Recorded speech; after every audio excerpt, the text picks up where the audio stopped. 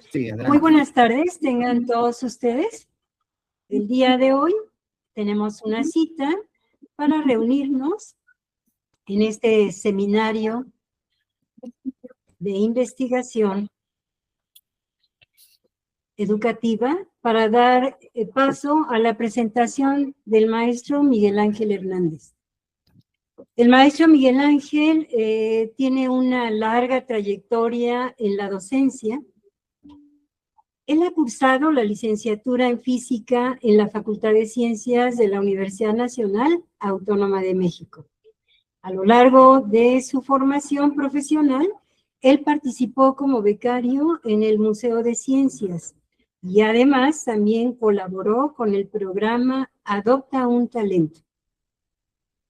A lo largo de sus estudios, el maestro Miguel Ángel Hernández Cruz, él logró esta formación muy sólida, además de consolidarse con una maestría en ciencia e ingeniería de materiales en el Instituto de Materiales de la misma Universidad Nacional Autónoma de México. Ingresó a nuestra institución, al Instituto de Educación Media Superior, en el año 2003.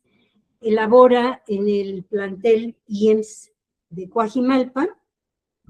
Y le damos la bienvenida a Miguel Ángel. Iniciamos, Miguel, con tu trabajo. El día de hoy nos presenta una secuencia de enseñanza-aprendizaje del concepto newtoniano de fuerza. Adelante. Bien, gracias. Sí, lo que les presento hoy es un extracto de un trabajo ya bastante largo. Esto inició más o menos en el 2010 y bajo estos planteamientos que están ahí en pantalla, bueno, mi intención es reorganizar los contenidos del curso de Física 2 en unidades didácticas para mejorar la secuencia didáctica y el trabajo docente.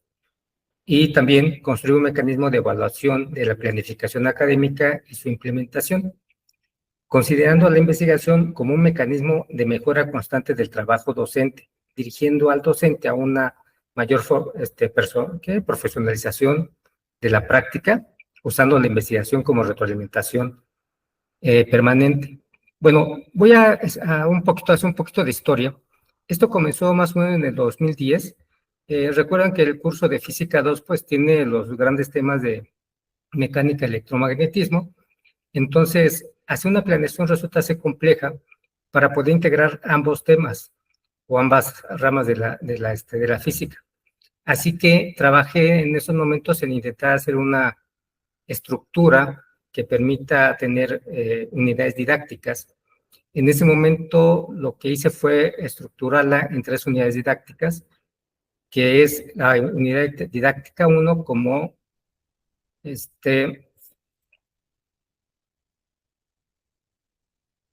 interacciones físicas, unidad didáctica 2, interacciones físicas, efectos de las interacciones físicas, y unidad didáctica 3 como tópicos. Aún ahí no sabía yo qué título darle, y ahí comencé. Entonces se obtuvieron o generé contenidos mínimos para la asignatura de esta forma, de tal manera que podía integrar las 2 ramas, mecánica y electromagnetismo.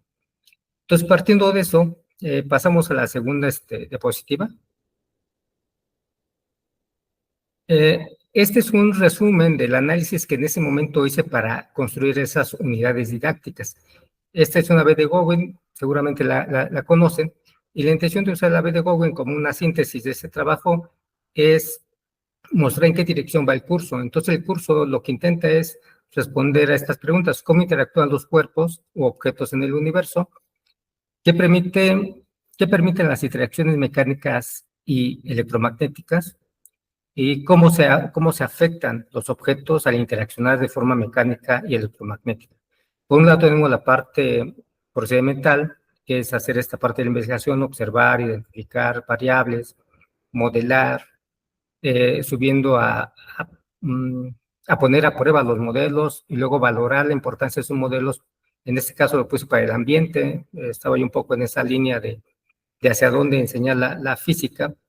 Y por el otro lado tenemos la parte teórica, que comenzamos desde las regularidades que nos permite construir modelos, a pasar a conceptos, principios y leyes que estructuran este curso, y que están integradas dentro de este modelo o estos modelos o estas teorías, mejor dicho, o estas ramas de la física, que es la teoría gravitacional y la teoría electromagnética. ¿Cómo construir la primera unidad didáctica, esta unidad de interacciones físicas? La diapositiva que sigue, por favor.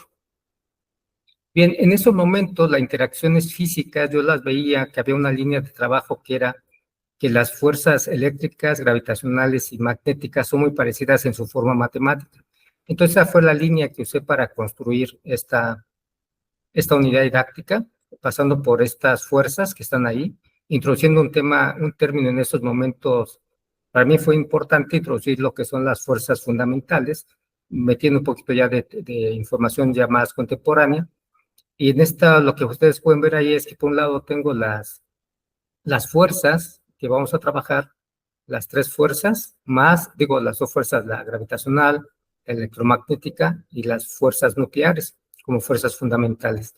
¿Qué se ve a la par de esto o paralelamente? Bueno, pues la parte de la fuerza con un vector, y esto nos lleva a suma de fuerzas, condiciones de equilibrio, primera y tercera ley de Newton. Esta fue como la primera intención de esta unidad didáctica como interacciones físicas.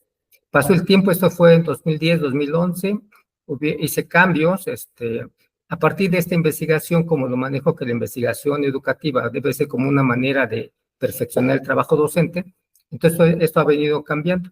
Lo que les muestro ahora es lo que estoy trabajando del 2020 para acá. Si muestran la siguiente, por favor. Bien, ahora, la intención de integrar la investigación educativa al trabajo docente de manera directa es que la investigación nos proponga o nos dé información que nos permita modificar nuestro trabajo docente. En estas metodologías, en algún momento trabajé con investigación y acción como metodología.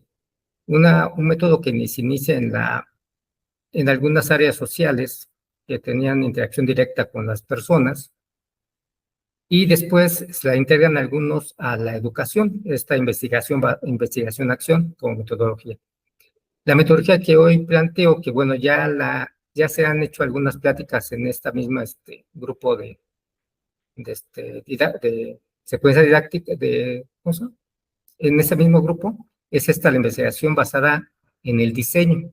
La intención es diseñar secuencias de enseñanza-aprendizaje. Ahora, ¿qué es una secuencia de enseñanza-aprendizaje?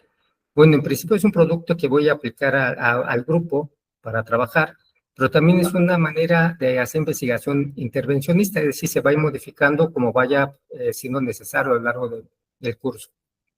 Esta secuencia de enseñanza-aprendizaje pues, es muy semejante o parecida a las actividades de enseñanza-aprendizaje tradicionales, ¿sí? Que usamos y hemos usado mucho tiempo atrás, solo que funciona como una manera de investigar, se investiga, se adapta de manera empírica a los razonamientos de los estudiantes y a las condiciones que tenemos para enseñar.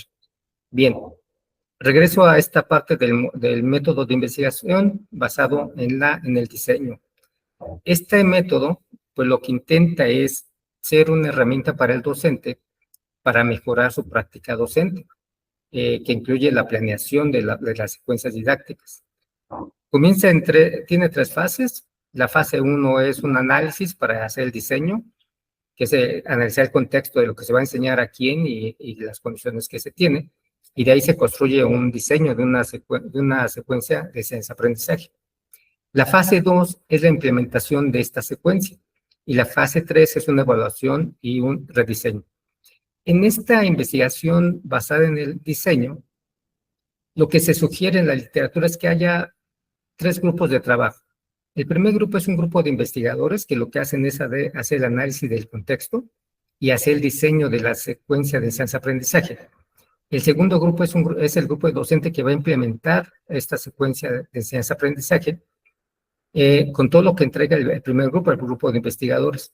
También le deberá entregar instrumentos para dar seguimiento y para recolectar información que después se deberá de usar para evaluar y rediseñar la secuencia de enseñanza-aprendizaje.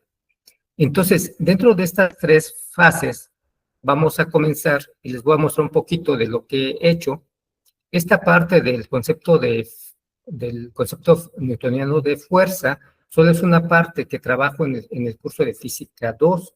Realmente hay muchas cosas que evalúo y que trabajo, pero cuando pensé en participar con ustedes, lo que hice, bueno, fue pensar en qué cosa concreta puedo presentarles a partir de esto. Entonces, lo que presento a continuación está muy dirigido hacia el concepto newtoniano de fuerza. Vamos a pasar a la siguiente diapositiva. Ok, en la primera fase, que es el contexto, es un análisis donde uno revisa primero lo que debo de enseñar, que son los objetivos de aprendizaje de la institución, luego las dificultades que el estudiante tiene para aprender o para comprender los conceptos, las condiciones que se tienen para dar las clases, y también tiene que hacer un análisis de la información que voy a intentar enseñar. Un análisis visto desde la propia disciplina, en este caso le llaman la parte epistemológica, ¿no? Cómo se construye, cómo se crea, cómo se estructura este conocimiento y cómo esta estructura en la cual está organizado el conocimiento, uno debe de estructurarla o reestructurarla para poderle enseñar a ese grupo que vamos a trabajar. Entonces, bajo ese análisis se construyen objetivos de aprendizaje. Ahí tengo objetivos que tienen que ver directamente con el concepto de fuerza. Entonces, el objetivo principal, que es el primero que aparece y que me interesa un poquito más, es que comprenda que este concepto de fuerza, pues no es un resultado de mucho tiempo, de una evolución muy larga en la comprensión de fenómenos físicos, en la manera, en los procesos matemáticos, incluso la parte filosófica, ¿no? De la asignatura o de crear esta parte de la ciencia. Son procesos largos. Intentar que el estudiante haga un cambio en este concepto de fuerza, desde donde viene en su cotidianidad, hasta un concepto newtoniano de fuerza, realmente es muy complejo. Sabemos que ese concepto newtoniano, pues al menos hablamos de 2000 años de evolución, y de esos 2000 años aún hay muchas cosas que siguen sin cambiar. Incluso nosotros seguimos usando terminologías en la cotidianidad que pareciera que seguimos sin hacer nuestro ese concepto newtoniano de fuerza. Entonces, es complejo llegar ahí, pero ¿cuánto se puede hacer? Esa es la intención. Bueno, ¿qué otra cosa está en el contexto? En esta fase 1, ¿qué dificultades presenta el estudiante para aprender? ¿Y qué demanda tiene? ¿Qué necesita aprender? ¿Y cuáles son sus dificultades? Todos nosotros cuando trabajamos este curso seguramente identificamos ya y sabemos todas las dificultades que el estudiante presenta. Dificultad en la parte matemática, entender que el vector, que la flechita que usamos es un ente matemático, no solo un dibujo que usamos para indicar una fuerza. El entender que la fuerza es una acción, bueno, que es una magnitud, y que esta magnitud es la medida de la interacción entre dos o más objetos. Entonces, esto lo hace complejo. Entonces, desde ahí comienzo, ¿qué cosa es una interacción? Entonces, en estas dificultades también está en cosas que ellos entienden como que si un objeto más pesado cae más rápido en comparación con un objeto menos pesado, cosas de ese tipo, ¿no? Entonces, se identifican esas situaciones comunes y se intentan abordar a lo largo del curso que vaya resolviendo o aclarando y cambiando esa forma de ver el concepto de fuerza. Muchas veces decimos, el objeto se detuvo porque se le acabó la fuerza, entonces buscamos un concepto como la fuerza impresa, ¿no? Y se atribuyen a los objetos incluso conciencia de que ellos deciden detenerse o cosas así, y uno usa palabras o ellos o todos usamos palabras que nos indican que no usamos un concepto newtoniano de fuerza. Bueno, ¿qué más tenemos aquí? En esta parte de contexto es elegir la estrategia de enseñanza. ¿Qué estrategia uso aquí? Bueno, hay una metodología que se llama aprendizaje basado en la indagación científica. Básicamente esa estrategia consiste en 5 puntos, que es enganchar, explorar, explicar, elaborar y evaluar. Es una estrategia muy amplia. Estos son 5 que son los más generales. Hay unos que tienen menos puntos, hay unos que tienen hasta 7 puntos, que incluso le llaman las 7E, por ejemplo. Pero yo me voy a qué cosa me es útil y cómo las puedo usar. Entonces, estos 5 elementos, siempre en medio se encuentra en ese diagrama que podemos ver, se encuentra la evaluación. Entonces, siempre tengo que estar evaluando. Esto tiene que ver mucho con esta parte de la metacognición, que también está involucrado en esta metodología. Entonces, el estudiante comienza observando, se le propone alguna situación, él observa, genera su propia explicación y luego intenta predecir a partir de la explicación, y si logra intenta predecir y luego poder explorar en un experimento la validez de esa predicción. Y aquí viene todo el proceso de ir construyendo un conocimiento científico basado en una prueba y error, si quieren verlo así, pero es estar evaluando lo que sé, cómo funciona, y si me sigue funcionando, modelo, y si no, lo desecho y continúo con otra parte. Esta es la parte, digamos, el contexto, y es donde comienza la construcción de esta secuencia de aprendizaje. Vamos a pasar a la siguiente diapositiva. Bien, ahora, de ese análisis, de ese contexto, ¿qué resulta? Bueno, tengo 3 unidades didácticas. Aquí está de una manera muy resumida en qué consisten las 3 unidades. La primera es la interacción física. Y si observamos ahí, ojalá alcancen a leer, básicamente hablo sobre las interacciones en general, mecánicas, eléctricas, magnéticas y gravitacionales. Y a partir de ahí construyo el concepto de fuerza como una medida de esa interacción física, o bien como el medio de la interacción física. Y lo primero que aparece ahí es la tercera ley de Newton. Entonces aparece la acción y la reacción, y tiene que quedar claro que esa acción y reacción son fuerzas y no son consecuencias de algo, que regularmente siempre los chicos piensan que son consecuencias, la reacción es una consecuencia de la acción, cuando son cosas que son simultáneas, que son fuerzas, tienen una cantidad, una magnitud medible. Más o menos en ese sentido va esa primera unidad didáctica, interacciones físicas. Luego paso a una segunda unidad didáctica, que son los efectos de esas interacciones. Básicamente ahí paso cuando tengo que ver que la condición de equilibrio que tiene que ver con la primera ley de Newton ya no se cumple. Entonces tengo situaciones fuera de equilibrio. ¿Cuáles son estas situaciones fuera de equilibrio? Pues al objeto va una fuerza aplicada, una fuerza neta, diferente de cero, claro, pues me va a producir una aceleración en el objeto. Entonces puede haber aceleraciones en cuestión mecánica, o puedo verlo en un fenómeno eléctrico o en un fenómeno magnético, ¿sale? Entonces, en ese sentido va esa segunda unidad didáctica. La tercera. Para este momento, la tercera unidad didáctica ya ha evolucionado, y aquella que tenía que era tópico, si no tenía claridad de cómo nombrarla, pasa a ser ahora esta tercera unidad como los campos. Este nuevo cambio en el paradigma. Iniciamos con un concepto de fuerza newtoniano, que había que cambiar ese concepto que tenemos en la cotidianidad de la fuerza, hasta un concepto newtoniano de fuerza. Luego ver qué consecuencias hay cuando las fuerzas están fuera de equilibrio. Entonces hago ahí un estudio, y luego cuando la fuerza ya no es el ente importante, sino ahora lo que existe es un campo, y en ese campo la fuerza es parte de él, y ese campo genera toda la dinámica que conocemos. Entonces, este es básicamente, de manera muy sencilla, bueno, muy breve, lo que incluye el curso que yo doy de Física 2, en estas 3 unidades, en este orden más o menos de temáticas a tratar. Vamos a pasar a la siguiente diapositiva. Ok, en esta fase 1 todavía del diseño, estoy en la parte de la estrategia, la que comenté, aprendizaje basado en la indagación. ¿Qué hago en esta parte? Regularmente tengo actividades ya diseñadas, ya con todo este tiempo que llevo con esto, en estos 3 niveles. Apertura, enganche y explorar. Hay una primera presentación de una situación, y el estudiante explora, es su primera exploración ante una situación. Es una situación muy concreta, muy específica, donde él va a interaccionar con los objetos y va a empezar a entender y a generar una explicación de lo que está sucediendo. En el segundo es el desarrollo. A partir de esa primera exploración, él hace una exploración más ordenada, más dirigida a lo que quiere entender, y construir una explicación ya más ordenada.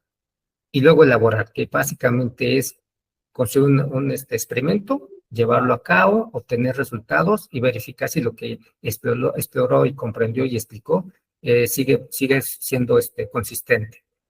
El cierre, elaborar y evaluar. Entonces, cuando hace este experimento ya muy elaborado o muy organizado, hay que evaluar si lo que aprendió, lo que encontró, corresponde a lo que debería de aprender. Y entonces viene una retroalimentación. Debe ser el estudiante muy consciente de lo que está haciendo. Aquí es donde entra la metacognición de manera muy fuerte o muy clara. Ahora, esto es como las dinámicas que yo establezco, no solo en el laboratorio, sino en una semana de clases. Ahora, ¿cómo se distribuye estas actividades en la semana? ¿Cuál es la dinámica del curso? Bueno, dado que tenemos 3 sesiones a la semana, están divididas de esta forma. Hay una sesión de experimental, una sesión teórica y una sesión de estudio individual o la hora de estudio que teníamos hace un tiempo. Bueno, no necesariamente este es el orden en cómo va sucediendo porque los horarios no necesariamente van a ayudarme a llevar este orden. Pero básicamente procuro que en la parte experimental sea esto, o sea, una actividad experimental diseñada para evidenciar la situación física.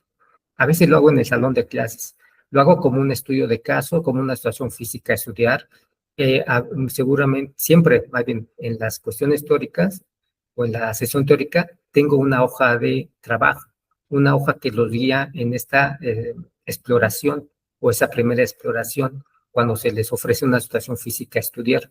Esto ayuda a tener un poco la idea de por dónde va el asunto del nuevo tema, para que cuando entren al laboratorio, donde les presento una actividad mucho más elaborada, más ordenada, con una estructura que los lleve a ir identificando las partes importantes que me interesa que observen.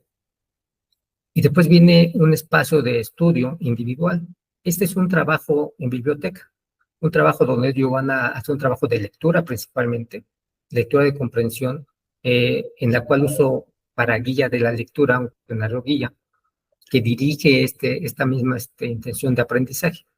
Esta es la dinámica que lleva el curso a la semana, intentando integrar esta parte, esta estrategia de aprendizaje basado en la indagación. Bien, vamos a pasar a la siguiente diapositiva. Gracias. Ahora bien, la fase 2 de esta metodología de la investigación basada en el diseño. ¿Qué hacemos para implementarlo? Entonces, nosotros construimos un PAP, que es el que nos dirige, cómo nos guiamos a través de él para dar nuestra clase a lo largo de un semestre, sobre, en este caso, Física 2. Bueno, entonces, este PAP se aplicó en los grupos 204, 205, en ese semestre 2024 y 2025B. Más o menos, un aproximado de estudiantes para ese momento fueron de 42, 43 estudiantes aproximadamente entre esos dos grupos. Bueno, lo que sigue es, con la intención de mostrarles cómo es la secuencia a lo largo de todo el semestre, les muestro ahí los títulos de las prácticas o de las actividades experimentales que desarrollé en ese semestre. El primero es el concepto de interacción física, de donde sale el concepto de fuerza como una medida, como la medida de la interacción física. Eso cae de manera muy natural en lo que es la tercera ley de Newton, y donde se identifica que la acción y la reacción son fuerzas y no son consecuencias una de la otra. Después viene la fuerza de fricción y la fuerza de tensión. Estas dos fuerzas son como consecuencia de una tercera ley de Newton. La fuerza de fricción la planteo como una consecuencia de esta interacción, la tensión como otra consecuencia. También hay otras fuerzas como la fuerza normal, como otra consecuencia al peso, ¿sí? Y voy construyendo o se van dando estas fuerzas como consecuencias de una tercera ley de Newton. Después viene la parte donde hay que hacer todo esto ya más formal y viene el que hago con esas fuerzas. Entonces viene la parte de estudiar la superposición de fuerzas, la suma de fuerzas y proponer esta condición de equilibrio. La suma de fuerzas es igual a 0, entonces tengo una condición de equilibrio. Bien, eso es más o menos como la primera, hasta ahí más o menos llega la primera secuencia didáctica o unidad didáctica. Aún esta parte del inverso del cuadrado de la ley del inverso del cuadrado y la ley de Kepler, a veces está fluctuando entre esta primera unidad y la segunda unidad didáctica, aunque está más en la primera unidad. Esto es para poder entrar allá a la teoría de gravitación como tal.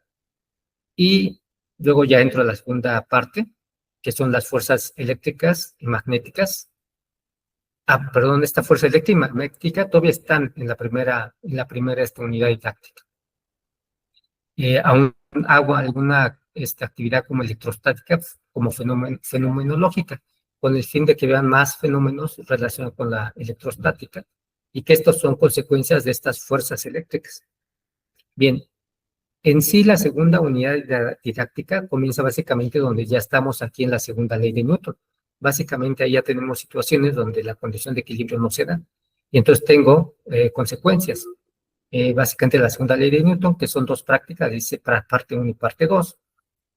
Y después viene ya un estudio como la caída libre, a partir de la máquina de Atwood, siempre me cuesta trabajo pronunciar estos nombres, la corriente eléctrica como una consecuencia de estar la carga eléctrica sometida a una fuerza eléctrica que la hace moverse en un conductor que puede tener una fuerza de fricción que le impide moverse o acelerarse, ¿no? Hacia allá va, luego los circuitos eléctricos como una parte de estos nuevos movimientos, de este movimiento de las cargas eléctricas. Y por último, el campo eléctrico. En este caso son dos prácticas al final, parte 1 y parte 2 como campo eléctrico, magnético y gravitacional. Esta es como la secuencia, creí que era conveniente ponérselas en los títulos de las prácticas o de las actividades experimentales para dar una idea de por dónde va la secuencia del curso. ¿Sale? Vamos a pasar a la siguiente diapositiva. Ok, la fase 3, evaluar y el rediseño de la secuencia de enseñanza-aprendizaje. Entonces, llegamos a la parte cómo recopilo o recupero toda la información que se generó en el semestre o durante el semestre, y no necesariamente al final, y cómo la uso para hacer cambios en mi secuencia de enseñanza-aprendizaje. Aquí es donde entra una parte importante y es cómo hago ese tratamiento de esa información, el análisis de esos datos que tengo. Entonces, comienzo. ¿Qué hago primero? Bueno, pues existe para el caso del concepto newtoniano de fuerza un cuestionario, creo que es muy conocido como inventario de conceptos de fuerza. Es del año 1995, este cuestionario, pero sigue siendo muy útil para aplicarlo y sobre todo para que nos es útil para entender cómo es que el estudiante entiende estas situaciones físicas relacionadas con la fuerza. Y a partir de ahí entonces se construye una secuencia didáctica. Por eso ahí hablo de que para hacer la evaluación cuento con un pretexto, o sea, aplico el texto, el cuestionario previo al curso y lo aplico al final del curso para ver cuáles son los cambios que existieron. Bueno, ahora ya que le apliqué y quedó la información, bueno, ¿qué hago con ella? Primero, existe este forma de analizar que se llama, o ese método, ganancia de Hackett. ¿Qué hace la ganancia de Hackett? Ver cuánto mejoró de lo que él traía. Básicamente esa es la ganancia. En dónde llegó él y de eso, de dónde llegó, a cuánto mejoró. Y luego está el otro que es factor de concentración. El estudiante respondió un cuestionario de opciones múltiples. Entonces lo que hace este factor de concentración es dónde se concentra la mayor cantidad de respuestas correctas en cada una de las preguntas, para establecer en qué dirección está el estudiante entendiendo, por dónde va entendiendo. En la ganancia de Hackett, bueno, trabaja en tres zonas de ganancia. Una que es la ganancia baja es de 0 a 0.3. ¿Sí? La ganancia va de 0 a 1, entonces 0 a 0.3 es una ganancia baja. De 0.3 a 0.7 es una ganancia media. Y eso implica que el estudiante tiene ya algún buen resultado. Y una alta es de 0.7 hasta arriba, ¿no? Hacia arriba, hasta 1. En esas tres zonas de ganancia se establece esta ganancia de Hackett. El factor de concentración tiene algo semejante. Tenemos una ganancia baja, que en este caso la manejan de 0 a 0.2, una ganancia media de 0.2 a 0.5 y una ganancia alta de 0.5 a 1. Ahora, se integran estas dos informaciones para tener un gráfico de cuál es el resultado que se tiene del aprendizaje de los estudiantes. Vamos a pasar a la siguiente diapositiva. Aquí lo que tengo son los datos obtenidos de ese curso. Entonces tengo dos grupos, 204 y 205. La gráfica está partida en 9 secciones y ahí indica cada una cómo se llama. Entonces tengo un área, que es la área de acá abajo hasta el fondo. Bueno, la gráfica que tengo aquí, el puntaje, digamos que es la calificación que se obtiene por cada una de estas preguntas. Luego hacia acá tengo el factor de concentración, donde se concentran las respuestas del estudiante. Cuando ellos responden y sus respuestas están aquí, todos estos puntitos son las preguntas que se aplicaron. Este es un área de de situaciones aleatorias, que dice que el estudiante, pues en realidad no sabe qué responder y responde lo que cree más conveniente. Y este factor de concentración identifica que hay una diversidad de respuestas que básicamente lo que lo lleva es a establecer que hay una aleatoriedad. El estudiante tomó una decisión sin ningún conocimiento de ello. Después, hacia arriba, tengo el factor de concentración. Entonces tengo un factor medio y un factor alto de concentración, ¿sale? Pero son preguntas con respuestas equivocadas o erróneas la mayor cantidad, porque estoy en una parte baja en la calificación. Si me muevo hacia arriba, estoy en la parte media de las respuestas correctas y en la parte de las respuestas correctas de aquí para acá. Ahora, ¿qué más hay aquí? Bueno, dice ahí modelo de dos posibles modelos incorrectos, ¿sale? Entonces aquí el estudiante tiene al menos ya una postura ante la pregunta. Son dos modelos diferentes y seguramente los dos son incorrectos. Si me sigo hacia arriba, entonces continúo en esto de un modelo. O sea, la decisión del estudiante ya es del grupo de estudiantes, ya está más concentrada en un modelo, en un único modelo, que seguramente aquí todavía es erróneo. Si me muevo hacia las calificaciones o los puntajes más altos, en la parte media tengo donde tanto la ganancia, las respuestas correctas están a la mitad y también el factor de concentración está a la mitad. Entonces tengo una zona donde hay dos posibles modelos o dos modelos populares. Regularmente uno es correcto y uno es incorrecto. Si subo hacia arriba, entonces estoy en un modelo. Este modelo seguramente es correcto porque estoy en la concentración más alta. Bueno, me muevo un poco más hacia calificaciones más altas y llego a la parte de, si observan estas primeras dos secciones, no están llenas, no hay respuestas ahí, no las debe haber. De acuerdo a este factor de concentración, descarta todas esas respuestas y no puede existir ahí respuestas. El estudiante bueno, bien, las preguntas que el estudiante o el grupo de estudiantes responden mejor se encuentran en esta última, donde todas son altas. Entonces, ¿qué se intenta que el estudiante suceda? Que el aprendizaje que el estudiante tiene aquí viaje entre estas dos líneas punteadas, que es un mínimo y un máximo de este factor de concentración, viaje hacia áreas como dos posibles modelos, uno seguramente correcto y uno incorrecto, y luego viaje hacia acá, donde el modelo sea correcto y la mayor parte de los estudiantes estén en ese modelo. Esa es la intención de una secuencia de enseñanza-aprendizaje, que el estudiante en su aprendizaje migre de una zona aleatoria, que sería el peor de los casos, a una zona donde todo el grupo, la mayor parte del grupo, tiene respuestas correctas. Ahí marco 3 flechas.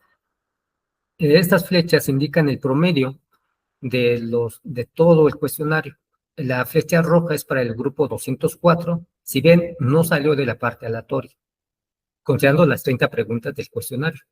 El grupo 205, que es la línea de la flecha color azul, muestra que el grupo originalmente estaba en dos modelos incorrectos y se movió dentro de esos dos modelos incorrectos, tomando en cuenta las 30 preguntas de este cuestionario. Vamos a pasar a la siguiente diapositiva. Ok, aquí lo que hice fue tomar solo las preguntas que tuvieron un mejor resultado en la ganancia de Hack. Entonces, son pocas, si no me equivoco, son 8 preguntas, ahorita no recuerdo bien. y cada una de ellas aparece ahí y hay una flecha que indica la evolución de las respuestas de esas preguntas. Esta flecha le llaman como vector de Bao, que es la persona que lo introdujo a este tipo de ejercicios. De hecho, ese mismo Bao es el que genera el factor de concentración. Bueno, entonces podemos ver cómo las preguntas viajan desde unas zonas aleatorias o bien de dos modelos incorrectos a la parte central donde tengo dos modelos, dos modelos populares, seguramente uno correcto y uno incorrecto. Entonces, y algunas poquitas, dos preguntas, logran llegar hasta la parte donde la mayoría está de acuerdo, la mayoría de los estudiantes responden correctamente a esta pregunta. Bien, como es una secuencia de enseñanza-aprendizaje y la intención de la investigación que hago es mejorar el trabajo docente, pues lo que me interesa es encontrar qué cosa funciona y qué cosa no funciona en esta secuencia de aprendizaje. Por eso me restringo a estas preguntas que tienen la mayor ganancia de hack. Los autores del cuestionario, de este cuestionario ¿cómo le llama? Inventario del concepto de fuerza, pues ellos sugieren que el cuestionario se use completo, porque el cuestionario en sí contiene de alguna forma todo este concepto de fuerza newtoniana. Entonces, si extraigo algunas preguntas, podrían no corresponder a un concepto newtoniano de fuerza completo. Por eso pide que se use completo el cuestionario. Pero para mis fines, que es entender lo que está funcionando y lo que no funciona de mi secuencia de enseñanza-aprendizaje, pues extraigo estas preguntas. Entonces, vamos a pasar a la siguiente diapositiva.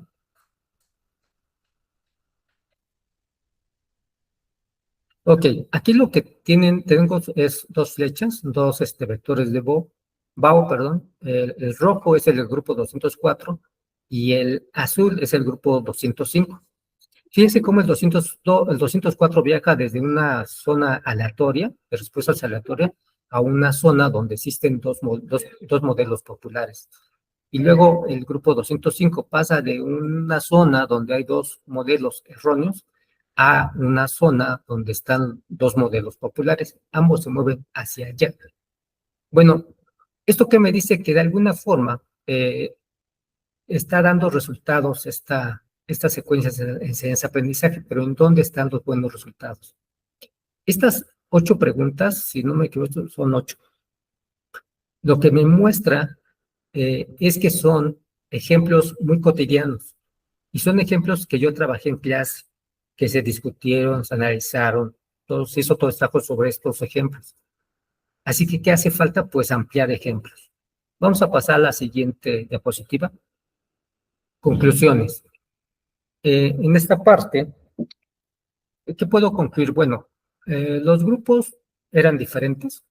Debo decirle que el grupo 204 era un grupo que seguía las indicaciones, un grupo podríamos decir que es muy estructurado porque sigue el proceso, sigue las indicaciones, obedece siempre, hace lo que se le pide hacer.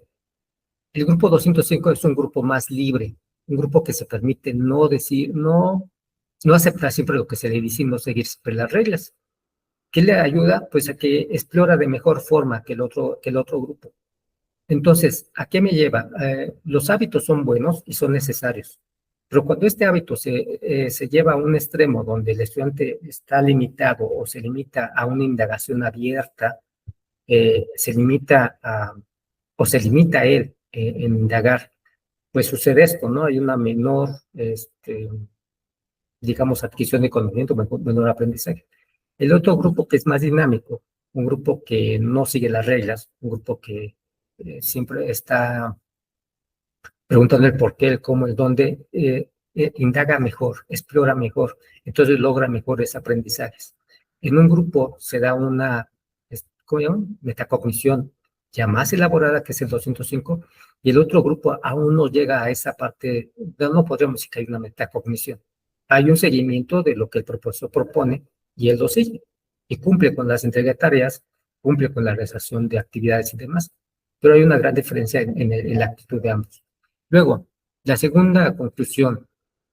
Ahí nombro las preguntas de ese cuestionario que resultaron con mejor ganancia. Estas preguntas, como lo comenté hace un rato, tienen que ver con actividades que se realizaron y se estudiaron en clase. Son ejemplos más o menos cotidianos, comunes. Entonces, al menos en esos, el estudiante sí los veía de forma diferente. Ahora, ¿qué mejoró particularmente si toma en cuenta estas preguntas? Una, específicamente, ya no consideran que el objeto más pesado o de masa mayor se acelera más rápido que el objeto de menor masa o de menor peso. Dos, una interacción de dos objetos, o sea, tercera ley de Newton, la acción y la reacción, ya la reconocen como fuerza y no como consecuencia una de la otra.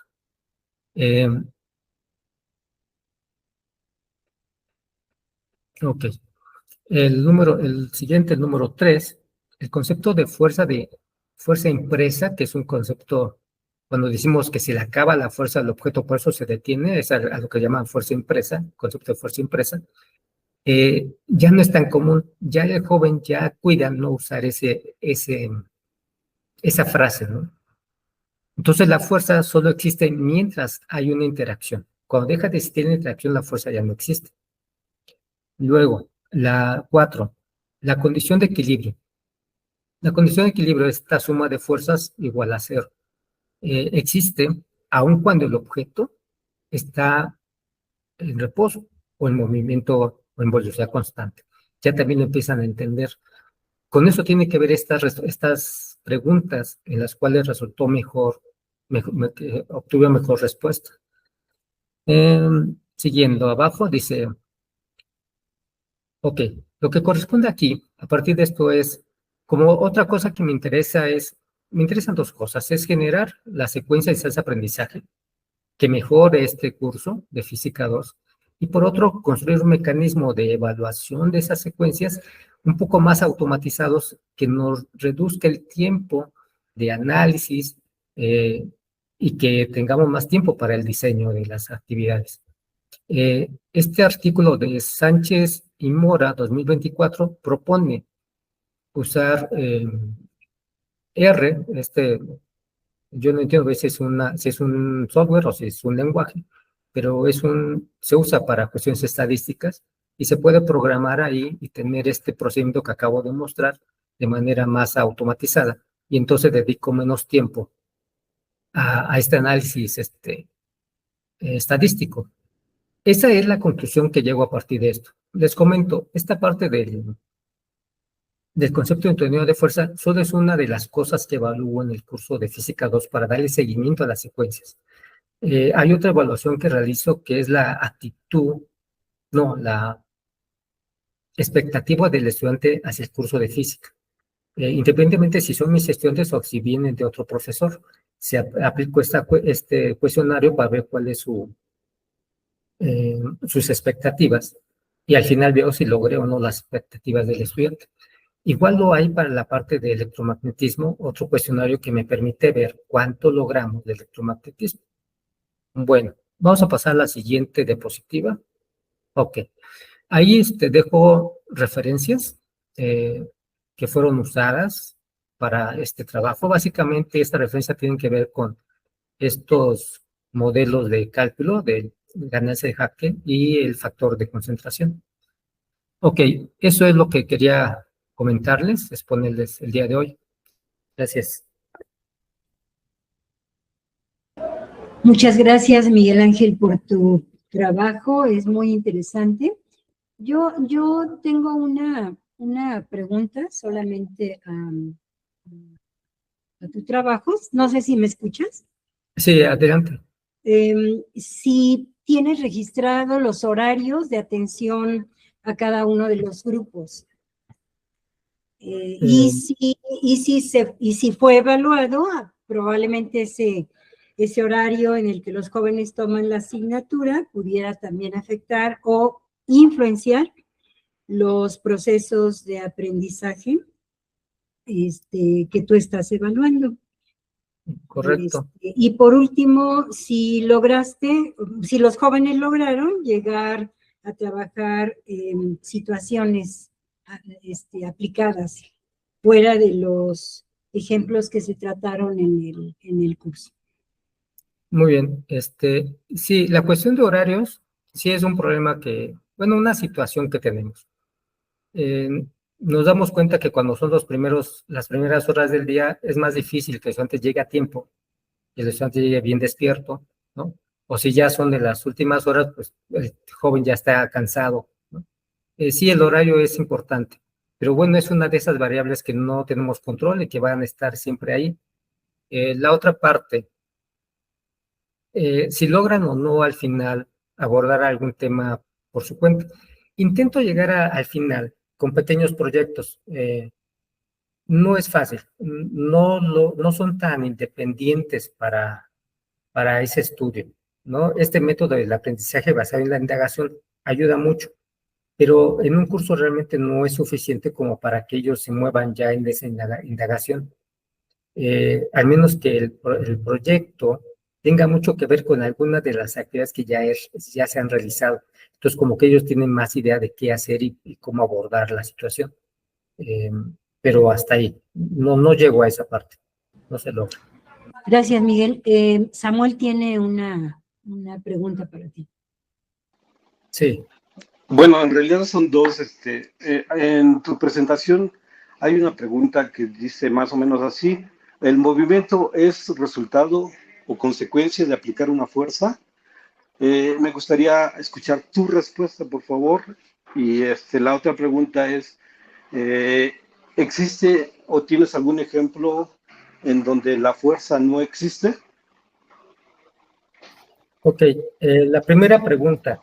Es una pregunta detonante para trabajar esta unidad didáctica.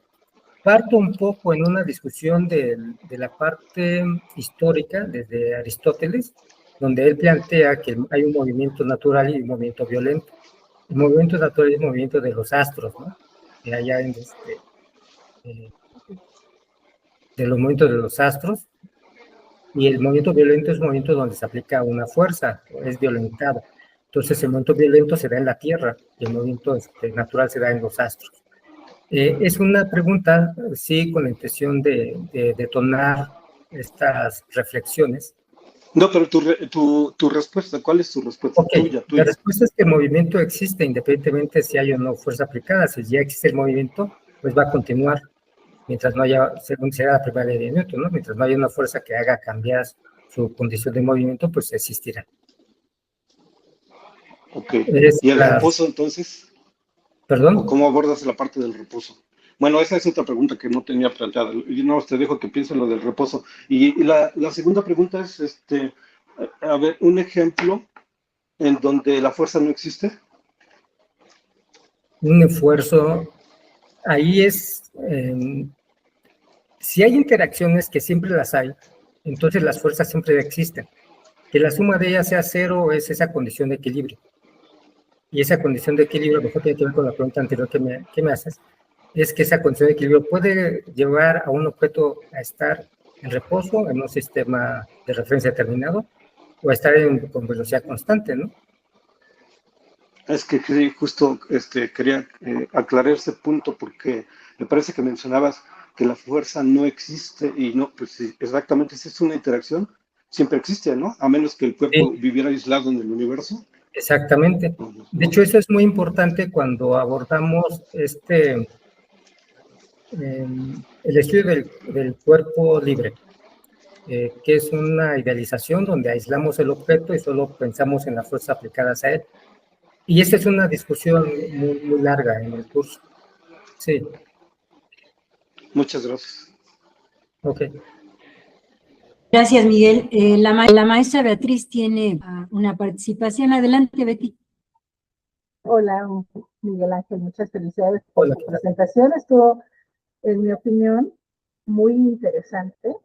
Y bueno, tengo varias preguntas y algunos comentarios. En el principio me encantó que pusieras como un elemento importante las características particulares del grupo, dado que en nuestro modelo educativo siempre tenemos esta posibilidad de variar eh, la forma en que nosotros abordamos estas secuencias didácticas planeadas con anticipación de acuerdo a el contexto de cada grupo, ¿no? Si el grupo es más participativo, podemos orientarlos hacia digamos, un desarrollo de ciertas habilidades y es más estructurado, como decía, bueno, tenemos eso como ventaja y lo podemos aprovechar. Entonces, las características particulares de cada grupo nos dan un elemento adicional a nuestra planeación docente para trabajar de manera más eficaz con los grupos. Tengo una pregunta. El mecanismo de evaluación como para la retroalimentación y modificación y en todo caso afinación de la secuencia que estás planteando es el mismo inventario de este inventario de fuerzas, o sea, tú aplicas al inicio todo el inventario de fuerzas como un pretest y después de la intervención didáctica lo aplicas nuevamente como un post-test y de ahí sacas digamos, los resultados para obtener la ganancia de Kate, o solamente son unos reactivos de este inventario y después aplicas otros reactivos de ese mismo inventario, pero no los mismos que al inicio. A ver, ok, hoy te voy a responder. A ver si entendí bien.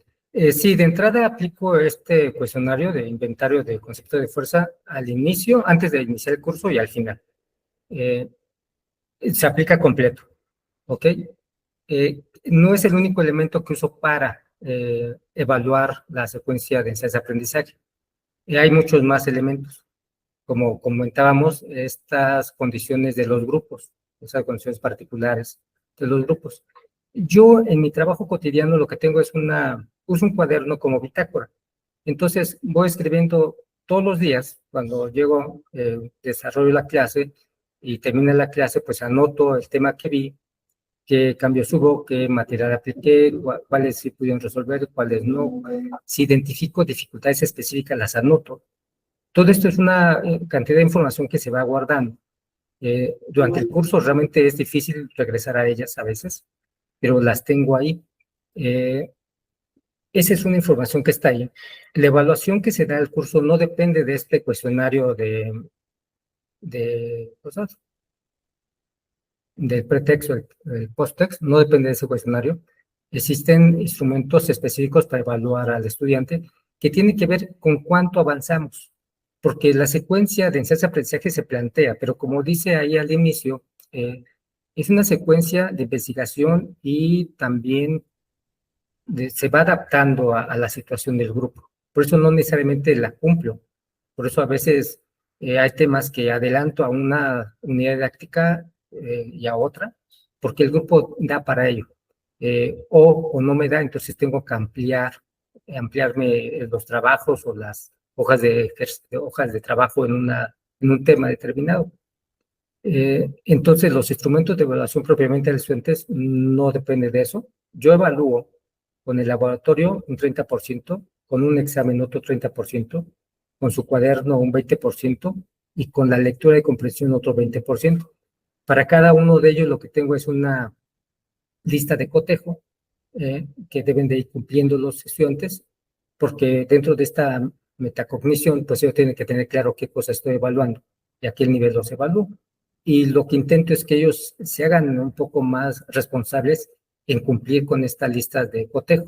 En la medida que ellos entienden cómo se evalúa y cuáles son las líneas, cuáles son estos aspectos de la línea de cotejo que tienen que ir mejorando o atendiendo, pues el aprendizaje es mejor. No sé si respondió a tu pregunta. Sí, principalmente a los cuestionamientos esos. Entonces, todo aplicas de entrada todos los reactivos del inventario del concepto de fuerza y al final también.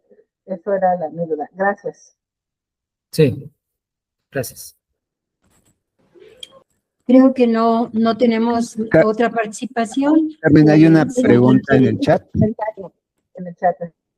¿Me hacen favor de leerla? No lo tengo abierto, por favor. Sí, yo la leo si gustan. Gracias. Marta Ofelia Rivera pregunta, ¿cuáles son tus parámetros para medir tus ganancias y eficiencia? ¿Existe evaluación cualitativa y o cuantitativa que te permita determinar una evaluación en relación a su aprendizaje? Ok. Sí, los parámetros de ganancia. La ganancia es individual para cada estudiante. Cuando se aplica el pretext, él logra muestra un cierto nivel de avance, y luego sobre ese avance, o lo que le falta para alcanzar el 100%, es la ganancia. El 100% es lo que le falta, digamos que tuve, no sé, un 20% en el pretexto. Entonces le falta el 80%. Ese 80% se convierte en el 100% que él tiene que cumplir, que él tiene que lograr. Esa es la ganancia. Si de ese 80% logra el 40%, pues entonces logró un 50% de lo que se esperaba de él. Ese es en cuanto a la ganancia de hacking. La eficiencia. Eso es complejo, plantear la parte de la eficiencia, aunque en esta ganancia hack está un poco planteada, porque lo que me interesa es cuánto le falta y cuánto logra de eso que le falta, ¿no? ¿Existe evaluación cualitativa? Sí, sí la hay. Del momento en que se evalúa el cuaderno es una evaluación cualitativa. Lo que vemos, lo que evalúa ahí es en gran parte sus hábitos de estudio. Tiene una buena presentación de su cuaderno. Bueno, hay una lista de cotejo que cumple la parte de la presentación, una lista de cotejo que cumple con la parte del contenido, y una lista de cotejo que cumple con la parte de la estructura del cuaderno. Entonces, básicamente aquí está la parte de los hábitos y de los hábitos de estudio del estudiante. Entonces, ahí estaría cuantificado de alguna forma esta parte cualitativa. La parte de la lectura. La lectura en la biblioteca es un trabajo muy artesanal, digo yo, porque ellos se sientan de forma individual en una mesa, toman su libro, toman su cuestionario, guía para trabajar el tema, y cuando ellos responden una pregunta, levantan la mano, entonces yo voy a su lugar, veo la respuesta, veo la pregunta y cuestiono. ¿Qué hacemos aquí? Bueno, regularmente, en las primeras ocasiones, ellos no comprenden la pregunta.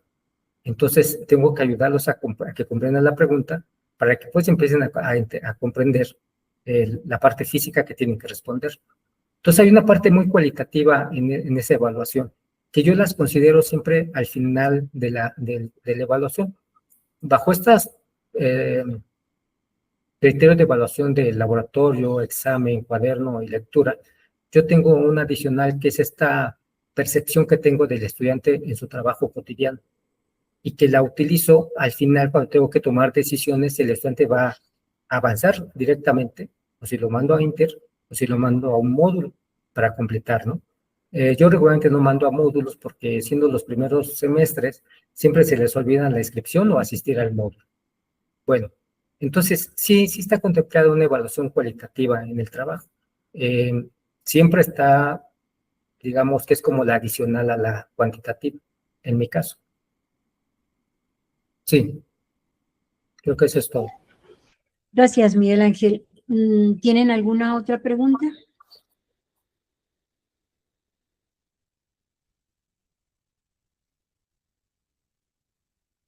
Creo que ya no tenemos preguntas, Miguel. Agradecemos mucho tu presentación. Es un trabajo muy sólido que tú nos has presentado, es un trabajo muy completo. Tal vez hay elementos que por el tiempo no estás explicando ampliamente en este momento, pero esto implica un trabajo muy, muy delicado, un trabajo muy preciso y conocer ampliamente a cada uno de nuestros estudiantes. Desde que llegan al aula, desde la forma en que te entregan los trabajos, e inclusive la forma en la que discuten entre ellos en los diferentes espacios de trabajo. Muchas gracias por tu presentación, Miguel. No sé si tienes algún elemento por agregar. No, solo agradecerles el espacio bueno, decía yo esto como cuando estaba intentando darle nombre a la presentación, pues decía yo, bueno, es un reporte de investigación, no encontraba otra manera de presentarlo, pero bueno, gracias por escucharme. Sí, sin embargo, a pesar de como nos lo presentas en este reporte, pues identificamos todo el trabajo que hay detrás de cada una de estas clases. Gracias, Miguel Ángel, por tu presentación. Bien. Excelente tarde para todos. Igualmente, hasta luego, gracias. Hasta luego.